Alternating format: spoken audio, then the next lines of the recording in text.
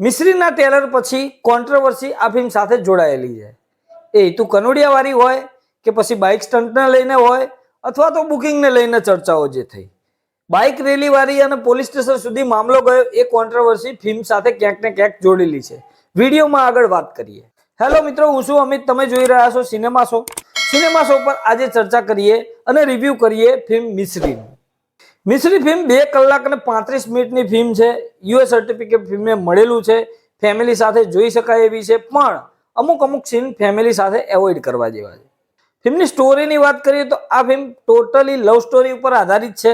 રોનક કામદાર અને માનસી પારેખના કેરેક્ટર એકબીજાને મળે છે, પછી એવું ડિસાઈડ કરે છે એક ઇવેન્ટમાં કે આપણે 3 દિવસ સાથે રહીએ પછી એકબીજાને ભૂલી જઈશું।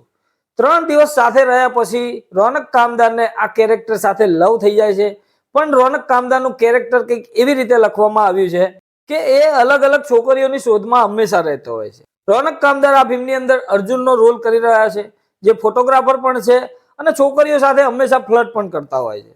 હવે આ ફોટોગ્રાફર અર્જુનને આ પૂજા સાથે લવ થઈ જાય છે, એને સાથે રહેવું હોય છે, પણ એ માનવા તૈયાર નથી પૂજા કે આપણે 3 દિવસ સાથે રહેવાની વાત થઈ છે, બસ આટલેથી અહીંયા પૂરી વાત થઈ જાય।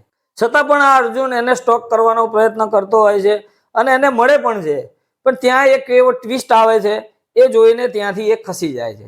છતાં પણ એને એવું લાગે છે કે હવે મારે આની જોડે જ આખી જિંદગી વિતાવી છે। પછી આ ફિલ્મની અંદર અનેક ઘણા ટ્વિસ્ટ આવે છે, ટર્ન્સ આવે છે, ઘણા બધા ઇમોશન આવે છે, લવ સ્ટોરી આવે છે, કોમેડી પણ આવે છે, એટલે દરેક વસ્તુ આ ફિલ્મને લઈને ચાલે છે। ફિલ્મની શરૂઆતમાં 10 મિનિટ ટાઈમ લે છે ફિલ્મ થોડી સમજવા માટે, પછી કેરેક્ટર એકવાર ડેવલપ થઈ ગયા પછી ફિલ્મ એની સ્પીડમાં આગળ વધે છે અને ઇન્ટરવલ બ્લોક ફિલ્મનો જબરજસ્ત રીતે લેવામાં આવ્યો છે। ઇન્ટરવલ પછી પણ આ ફિલ્મ ક્યાંય એની પકડ ધીમી કરતી નથી અને એક હેપી એન્ડિંગ તરફ લઈ જાય છે।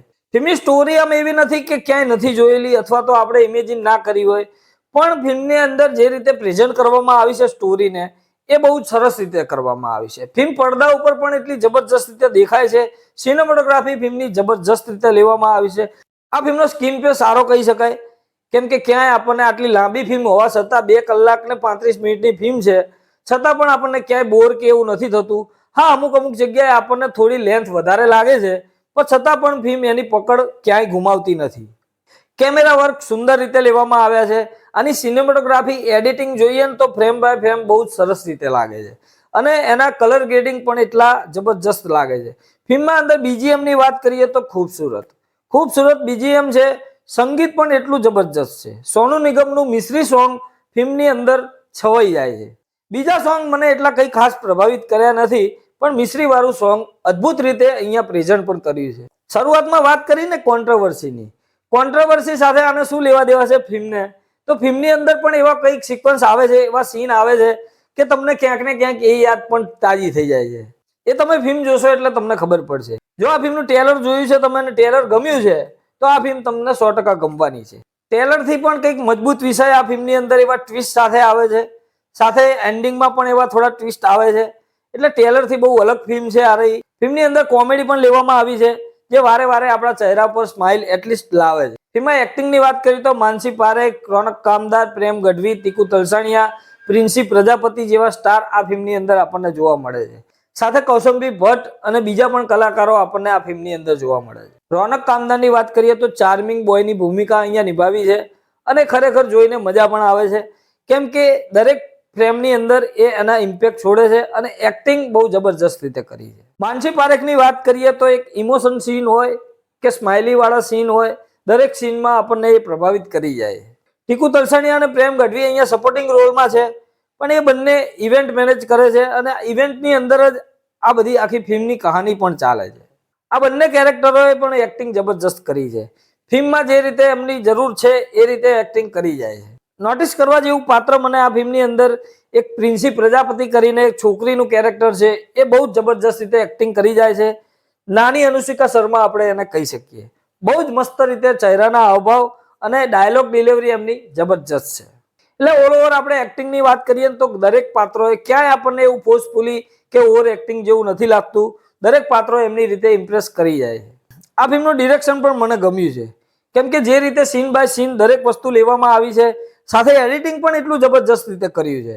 ફ્રેમ બાય ફ્રેમ આપણને ફિલ્મની અંદર ઇન્વોલ્વ રાખે છે, ડાયલોગો પણ ફિલ્મની અંદર સારા લખવામાં આવ્યા છે, સાથે વન લાઇનર પણ સારા છે. રોનક કામદાર અને માનસી પારેખનો એક સીન છે જે ડાન્સ કરતા કરતા જે વાર્તાલાપ કરી રહ્યા છે એ જબરજસ્ત રીતે લખવામાં આવ્યું છે અને સાંભળીને ખરેખર મજા આવે છે. ટેકનિકલી પણ ફિલ્મ સારી બની છે, પ્રોડક્શન વેલ્યુ શાનદાર હતી. ફિલ્મની અંદર ઇન્વોલ્વ થઈ જાઓ પછી આ ફિલ્મ અંત સુધી તમને પકડી રાખવામાં મજબૂત છે. આ ફિલ્મ ખાસ કરીને નવી પેઢી એટલે કે યંગ જનરેશનને વધારે ગમી શકે છે, કેમ કે એ લોકોની જ વાત આ ફિલ્મની અંદર કરવામાં આવી છે. થોડો ડ્રામા પણ ફિલ્મની અંદર આવે છે. સાથે યંગ જનરેશનને એટલા માટે ગમી શકે છે કે લવ સ્ટોરી, બ્રેકઅપ, પેચઅપ બધું જ આ ફિલ્મની અંદર લેવામાં આવ્યું છે. क्या बात है. નેગેટિવ પોઈન્ટમાં મિશ્રી સિવાય બીજા સોંગ મને ખાસ પસંદ નથી આવ્યા.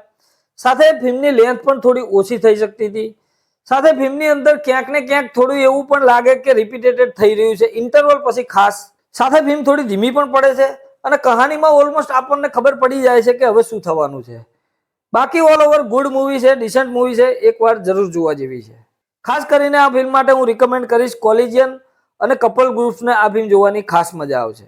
તમે આ ફિલ્મ જોવા જવાના છો કે નહીં અને જોઈ છે તો તમને કેવી લાગી છે મને કોમેન્ટ બોક્સમાં ખાસ તમારું મંતવ્ય આપી દેજો. સિનેમા શો તરફથી આ ફિલ્મને 3.5 સ્ટાર. મળીએ મિત્રો નેક્સ્ટ વિડીયોમાં નવી ફિલ્મ સાથે સિનેમા શો પર.